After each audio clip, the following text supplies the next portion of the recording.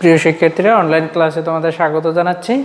আজ তোমাদেরকে দেখাবো উচ্চ মাধ্যমিক হিসাব বিজ্ঞান প্রথম পত্রের অষ্টম অধ্যায়ের লেকচার 6 অর্থাৎ 6 নম্বর লেকচার। আজকে তোমাদেরকে একটা পরিপূর্ণ অঙ্ক সমাধান করে দেখাবে। এর পূর্বে 5টি ক্লাস নেওয়া হয়েছে, তোমরা অতি দ্রুত সময়ক্ষেপণ না করে পূর্বের ক্লাসগুলো দেখে নাও।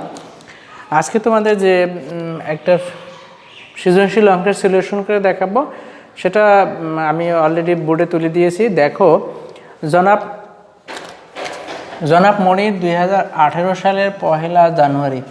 প্রিয় শিক্ষার্থীরা, এই অঙ্ক করার সময় অবশ্যই তুমি তারিখগুলো ভালোভাবে দেখে নেবে, কারণ তারিখের উপর নির্ভর করবে অবশ্যই কত মাসের হবে, অবশ্যই কত দিনের হবে।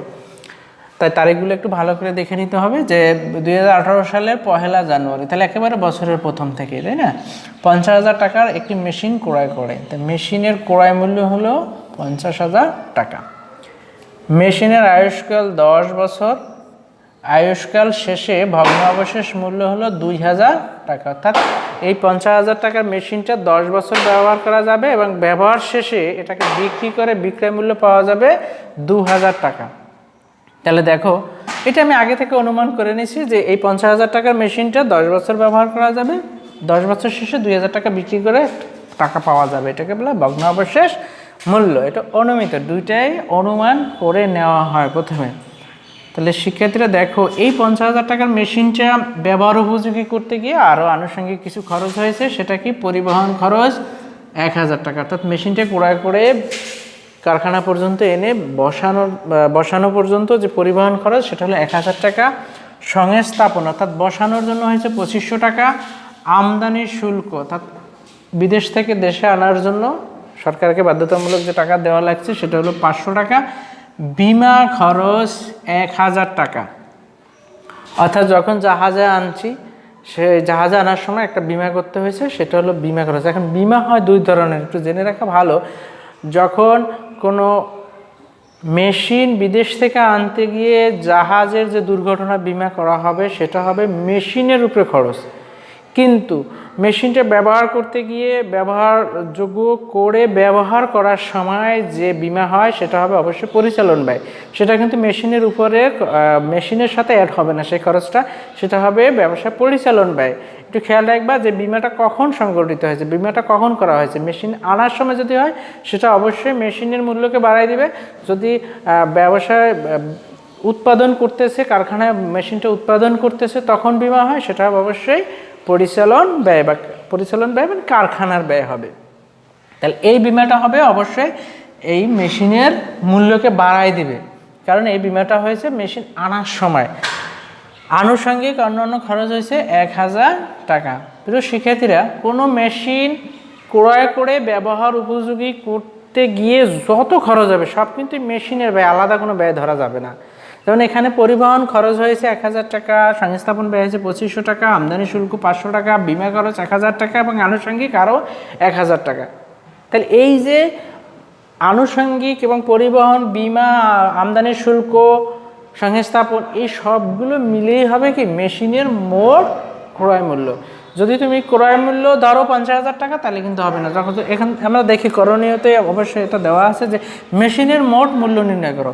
এই মোট মূল্য বলতে এই মূল্য প্লাস ব্যবহার উপযোগী করতে গিয়ে আরও যে ব্যয়গুলো হয়েছে, সেই ব্যয়ের সমষ্টি হবে কি মোট মেশিনের ক্রয় মূল্য।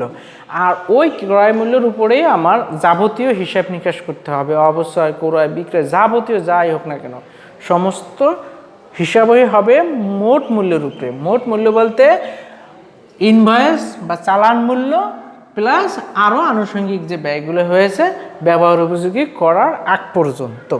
তাহলে বলছে কি মেশিনের মোট মূল্য নির্ণয় করো। 2 নম্বরে বলছে সরল রৈখিক পদ্ধতি থেকে বার্ষিক অবচয়। 3 বলছে প্রথম 2 বছরের প্রয়োজনীয় জাবেদা। শিক্ষার্থীরা, আমরা এখানেই 1 নম্বরটা করে নিই। ক নাম্বারটা, কতে কি বলছে যে মেশিনের মোট মূল্য নির্ণয়। মেশিন একটা স্থায়ী সম্পত্তি ক্রয় করে ব্যবহার উপযোগী পর্যন্ত যত খরচ হয়, সমস্ত খরচ সমষ্টি হলো মেশিনের মোট মূল্য। তাহলে দেখো, একটা মেশিনের এখানে চালান মূল্য হলো কয় টাকা? 50,000 টাকা।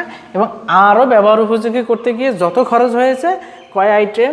1 2 3 4 5 5 ধরনের খরচ হচ্ছে। এই 5 ধরনের খরচ যোগ করার পরে যে মূল্যটা আসবে সেটাই হবে মেশিনের মোট ক্রয় মূল্য। তাহলে মেশিনের মোট ক্রয় মূল্য নির্ণয়,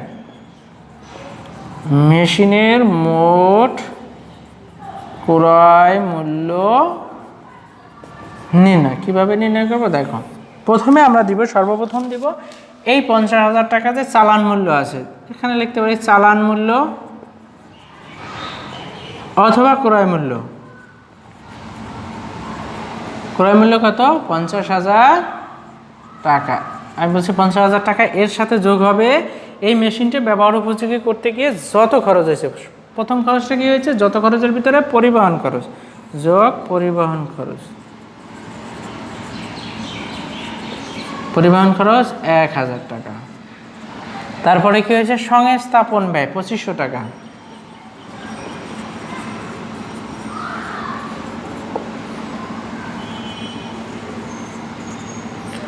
তারপরে আমদানি শুল্ক 500 টাকা।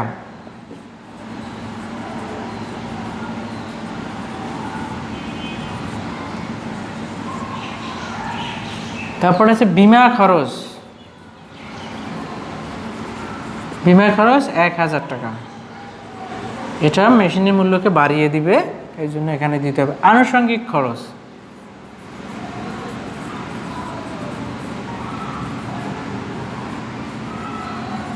আনুষঙ্গিক হয়েছে আরও 1,000 টাকা। তাহলে দেখো কত হয়? 50, 51, 53, 54, 55, 56,000। এটা হলো মেশিনের মোট মূল্য, মোট ক্রয় মূল্য। প্রিয় শিক্ষার্থীরা, এই ধরনের অঙ্ক দিয়ে দিবে। আর যখন অবশ্যই ধার্য করবা, বলো তো কোন মূল্যের উপর অবশ্যই ধার্য হবে? অবশ্যই এই মূল্যের উপরে অবশ্যই ধার্য হবে। যাবতীয় ক্যালকুলেশন আমরা এই মূল্যের উপরেই করব। কোনো স্টুডেন্ট যদি ভুলে এই মূল্যের উপরে করে তাহলে তার অঙ্ক হবে না, তাহলে তার অঙ্ক হবে না। প্রিয় শিক্ষার্থীরা, আশা করি তোমরা এই পর্যন্ত বুঝতে পেরেছো যে মেশিনের মোট ক্রয় মূল্য কীভাবে নির্ণয় করে। 2 নম্বরে কী বলেছে একটু দেখো। 2 নম্বর বলছে সরলরৈখিক পদ্ধতিতে বার্ষিক অবস্থায় নির্ণয়। প্রিয় শিক্ষার্থীরা, এর পূর্বে আমি বলিনি, এই প্রশ্নটা তোমরা অবশ্যই খাতায় তুলে নিবে। খাতায় তুলে নেওয়ার পরে ভিডিওর বাকি অংশ দেখবে। সরলরৈখিক পদ্ধতিতে বার্ষিক অবস্থায়, আমি এর পূর্বে ক্লাসগুলো কিন্তু সরলরৈখিক, ক্রমহ্রাসমান জের পদ্ধতি, উৎপাদন একক পদ্ধতি নিয়ে কীভাবে অবস্থায় নির্ণয় করতে হয় তা প্রাথমিক আলোচনা করেছি। যারা এখনও এই ক্লাসগুলো দেখো না, দ্রুত দেখে নাও, না হলে কিন্তু এখানে পারবে না। সরলরৈখিক পদ্ধতিতে বার্ষিক অবস্থা আমি এখানেই করি যে খ নাম্বার, বার্ষিক অবস্থায়,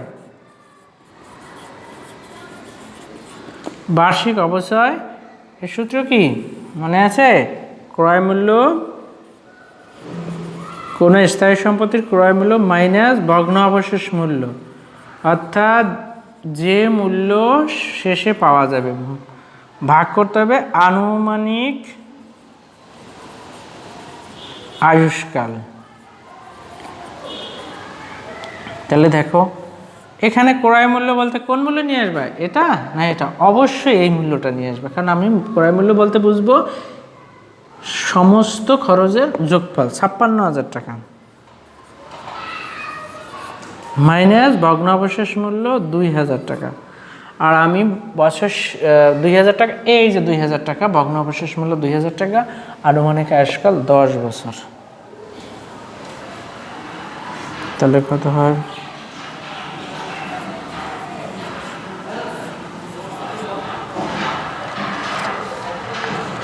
কত হবে? তাহলে 5,400।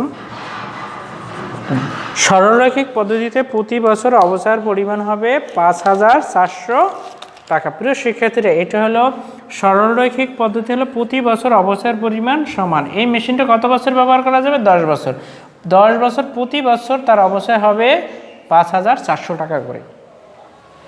এটা কোনো কমবেও না বাড়বেও না, এই জন্য নাম হয়েছে সরলরৈখিক বা স্থির কিস্তি পদ্ধতিতে অবশ্যই কিভাবে নির্ণয় করে। সূত্রটা তোমরা পূর্বে ক্লাসে অবশ্যই দেখেছো, তারপর আবার একটু সামাপ করি।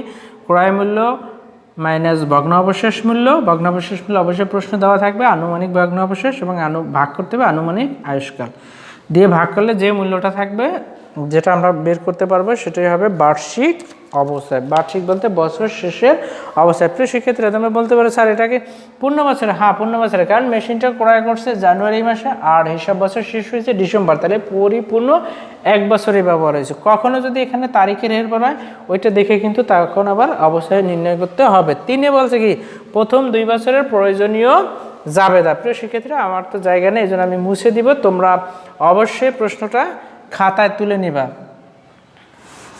প্রথম 2 বছরের প্রয়োজনীয় জাবেদা, তাই তোমরা তুরন্ত সময়ক্ষেপণ না করে একটা জাবেদা ছক করে ফেলো। জাবেদা ছক অবশ্যই তোমরা সবাই পারো, এখানে কোনো সন্দেহ নেই, কারণ 19-এ করেছে। এবং জাবেদা ছক নিয়ে আমরা একটা জাবেদা ছক করে ফেলি।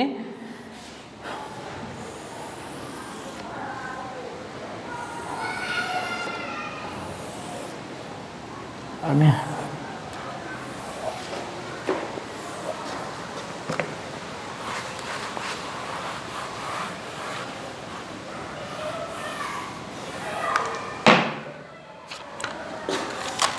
প্রয়োজনীয় জাবেদা শিরোনামটা একটু লিখে দাও, প্রয়োজনীয় জাবেদা দাখিলা 2 বছরের জন্য। প্রথমটা কি হবে তারিখ, এটা হবে শিরোনাম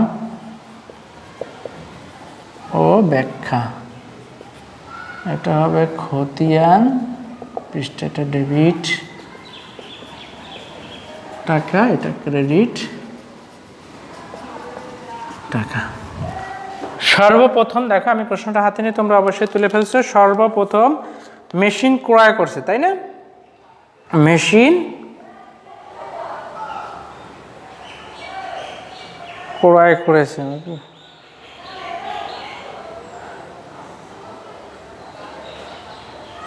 মেশিন ক্রয় করছে। আচ্ছা 2000 কত সালে, 2018 সালে জানুয়ারি মাসের 1 তারিখে মেশিন ক্রয় করছে। মেশিন কোন স্থায়ী সম্পদ ক্রয় করলে কি হবে, মেশিন সম্পদটা ডেবিট, তাই না? মেশিন হিসাব ডেবিট, আর এটা নগদে ক্রয় করছে, আমি ধরে নিলাম নগদান হিসাব ক্রেডিট। সেক্ষেত্রে ওখানে দুটো মূল্য ছিল, একটা 50,000, একটা 56,000। এখানে অবশ্যই কিন্তু 56,000 হবে, মোট মূল্য হবে। এখানে ব্যাখ্যা কি দিবা, যে মেশিন ক্রয় করা হলো, মেশিন ক্রয় করা হলো। তারপর গিয়ে কি হবে, 2018 সালের ডিসেম্বর মাসের 31-এ অবস্থায় হবে। অবস্থায় কয় টাকা অবস্থায় হয়েছে, 5400 টাকা। তাহলে অবস্থায় হিসাব ডেবিট, আর পুঞ্জীবিত অবস্থায়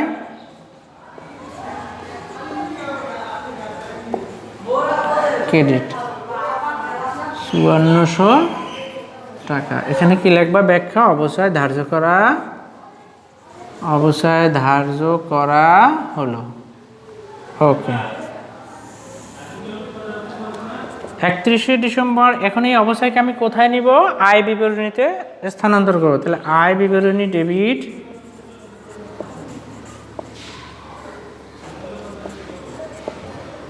আর অবশ্যই ক্রেডিট। অবশ্যইকে কোথায় স্থানান্তর করব, আয় বিবরণীতে। এই জন্য আয় বিবরণী ডেবিট আর অবশ্যই ক্রেডিট কোন টাকা, এই অবশ্যই টাকায় হবে। প্রিয় শিক্ষার্থীরা আশা করি তোমরা বুঝতে পেরেছো। 2 বছরের জন্য জাবেদা করতে হবে, তাহলে 18 সাল শেষ, 19 সালের জাবেদা হবে। এখন যেহেতু এটা সরলরৈখিক পদ্ধতি, তাহলে কি হবে, প্রতি বছর অবসর পরিমাণ তো একই, তাই না? প্রতি বছর অবসর পরিমাণ এক, অর্থাৎ এই টাকারই জাবেদা করতে হবে। প্রিয় শিক্ষার্থীরা একটু খেয়াল করো, সরলরৈখিক পদ্ধতিতে যেহেতু অবসর বের করছি, সরলরৈখিক পদ্ধতির মূল থিম হলো প্রতি বছর অবসর পরিমাণ সমান 54,000 টাকা। 2018 সালে জানুয়ারি 1 তারিখে মেশিন ক্রয় করছে, এই জন্য 18 সালে একটা জাবেদা বেশি হয়েছে, কিন্তু 19 সালে তার মেশিন ক্রয় করিনি। 19 সালে এসে শুধু অবচয় হবে, অর্থাৎ 18 সালের এই দুটো জাবেদা সেম 19 সালে হবে। তাহলে কী হবে, 19 সালে 31শে ডিসেম্বর কি অবচয় হয়েছে একই পরিমাণ, কারণ সরলরৈখিক, এই জন্য অবচয় হিসাব ডেবিট, পুঞ্জীভূত অবচয়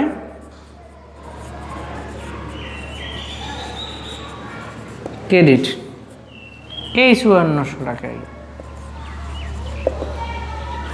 অবশ্যই ধার্য করা হলো। এই অবস্থাকে আমি কোথায় স্থানান্তর করব, আয় বিবরণীতে। তাহলে আয় বিবরণী অথবা আয় সারাংশ যেটাই লিখি হবে আয় বিবরণী ডেবিট আর অবচয় ক্রেডিট। প্রিয় শিক্ষার্থীরা দেখো কত সোজা অঙ্ক, তাই না? তোমরা কনফিউজ হবা যে স্যার প্রতি বছর কি একই টাকা হবে? কারণ এটা হলো সরলরৈখিক পদ্ধতি অবস্থায়। যদি আমরা কর্মরসায়ন জের পদ্ধতিতে অবস্থায় বের করি তাহলে এই টাকার পরিমাণ কিন্তু আবার পরিবর্তন হবে। উৎপাদন এককে টাকার পরিবর্তন হয়, টাকার পরিমাণ পরিবর্তন হবে। সরলরৈখিকে হলো না এই কারণে, কারণ প্রতি বছর অবস্থার পরিমাণ সমান। প্রিয় শিক্ষার্থীরা, আশা করি তোমরা এই সৃজনশীল কোশ্চেনের সলিউশন দ্বারা কিছুটা হলেও অবচয় সংক্রান্ত যে সৃজনশীল কোশ্চেন কীভাবে আসে এবং কীভাবে সমাধান করতে হয় কিছুটা হলেও ধারণা লাভ করতে পেরেছো। আমার কাছ থেকে পরামর্শ হলো এই ক্লাস দেখার পরে তোমরা তোমার পাঠ্য বইয়ে যে উদাহরণগুলো আছে উদাহরণগুলো সুন্দরভাবে পড়ে বোঝার চেষ্টা করবা এবং নিজে নিজে সমাধান করার চেষ্টা করো। যদি কোথাও অঙ্ক করতে গিয়ে কোনো সমস্যার সম্মুখীন হও অবশ্যই আমাদেরকে ফোন দিবা, আমাদের কাছ থেকে পরামর্শ নিবা। তোমাদের উজ্জ্বল ভবিষ্যৎ কামনা করে এখানেই শেষ করছি। খুদা হাফেজ।